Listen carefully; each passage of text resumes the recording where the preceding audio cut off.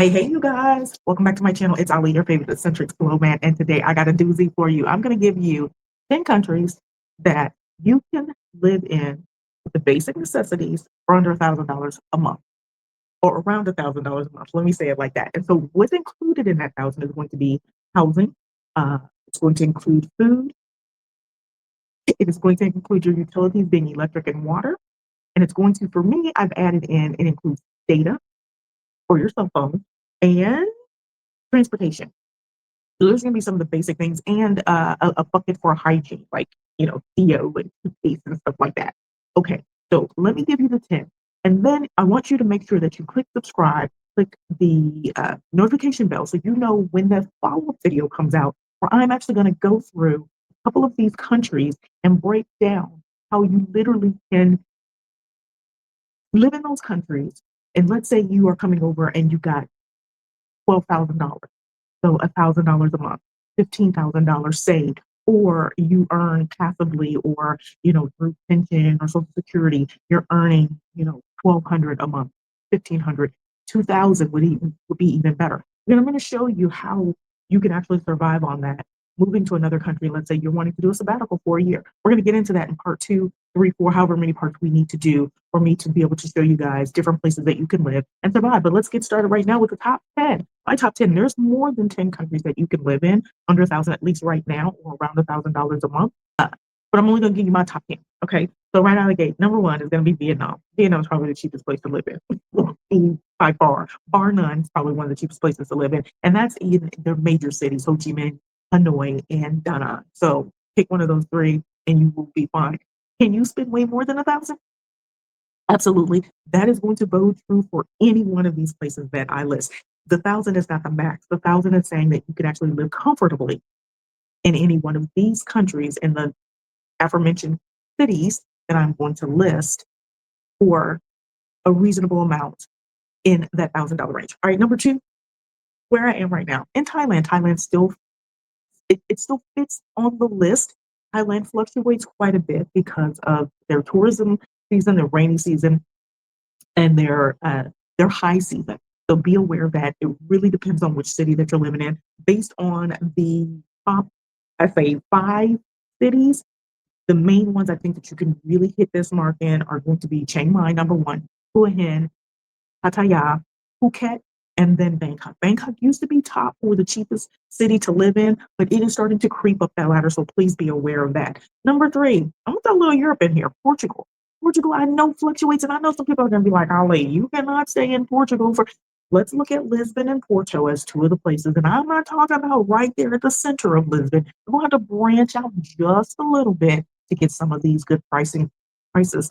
But another caveat, another thing I want you guys to think about is when we're talking about, you know, uh, food pricing and housing prices, we're talking about in areas that there are more locals and or basing some of your lifestyle on the local amenities and, kind of finding your bridge between uh, local cultural lifestyle. You can still be in a condo, you can still have, a high rise or, certain types of living, but mainly around your entertainment and your food. How are you eating? Where are you eating? Because that could be a huge, huge expense. Ask anybody who travels. Okay. So I just want to throw that little caveat in there. All right. My next one I'm going to give you guys Bulgaria. Bulgaria, a couple of cities, Sofia and Plovdiv. I don't know if I said that right. Anyway, 2 cities in Bulgaria that are on the list of places where you can live comfortably around the $1,000 a month mark. Next city I'm going to give, or next country I'm going to give you, one of my favorites is Colombia. I picked Cali as the city that you could live in for a very reasonable amount. There's a couple of other cities I think some people do like Medellin, but I don't find Medellin to be an inexpensive city. I think you're really going to be on the tight end in that $1,000 range. But if you've got 1,500 or 1,800, you could do Medellin. Cartagena is going to roughly be around that amount, but Bogota may be on that list as well. But Cali is one of my favorites. Sixth country I'm going to give you guys, we're rolling at Cambodia.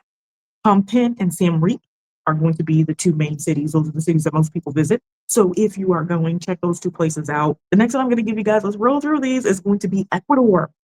Now, I spent some time in Ecuador as well, and I visited, oh gosh, I don't know, a slew of cities. And I would say for Ecuador, Quito and Cuenca may be your best bets.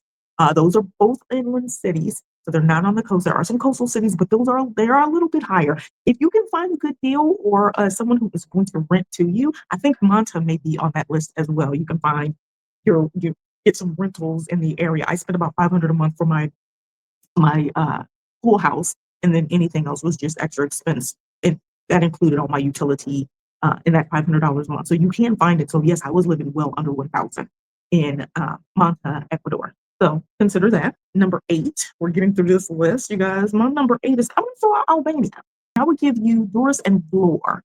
And the reason I don't include Tirana is because Tirana, and you can find it, but it definitely has to be long term. That's one of the things that I'm a little caveat that I'm going to mention is for the most part, a good majority of these where you're going to get housing in that four, five, $600 range is signing a longer term lease. Except Vietnam, pretty much Vietnam, you can get some great prices. Just want to throw that out. But honestly, if you're signing a 6 month to a year lease, you're going to see those price ranges start to tinker down just a little bit. And there's a ton more cities in Albania that you can consider, but sometimes they're a little bit on the higher end, and it depends on how close you want to be to the airport or to the bus line, which goes all the way down the coast and then around through the mountains to get to the southern end of Albania.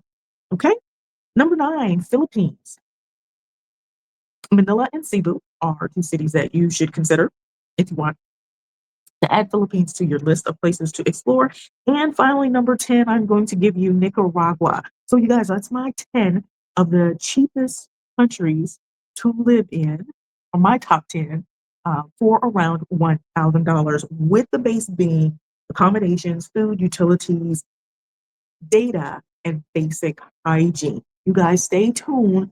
Come back, click that subscribe button if you want to see the breakdown for some of these countries. And I'm going to start off my next video. We're going to do Thailand and Vietnam. And I'm going to show you each one of these areas and what your expenditures can be. So if you are sitting and saying, Ali, because I get this question all the time, how much money do I need to move? Can I leave with, can I move with $1,200 a month? Can I move with 12,000 in the bank or 15,000 in the bank? And I'm going to show you how you can do this, how you can move abroad or take a 1 year sabbatical with minimal amount of money, but discipline is going to be key. So same thing, discipline, click that subscribe button, that notification bell. So when I post another video, you have this information and you're going to get the notification that I've gone live because this information can help you in your personal journey. All right, you guys, that's it for my top 10 list. Hopefully this is helpful.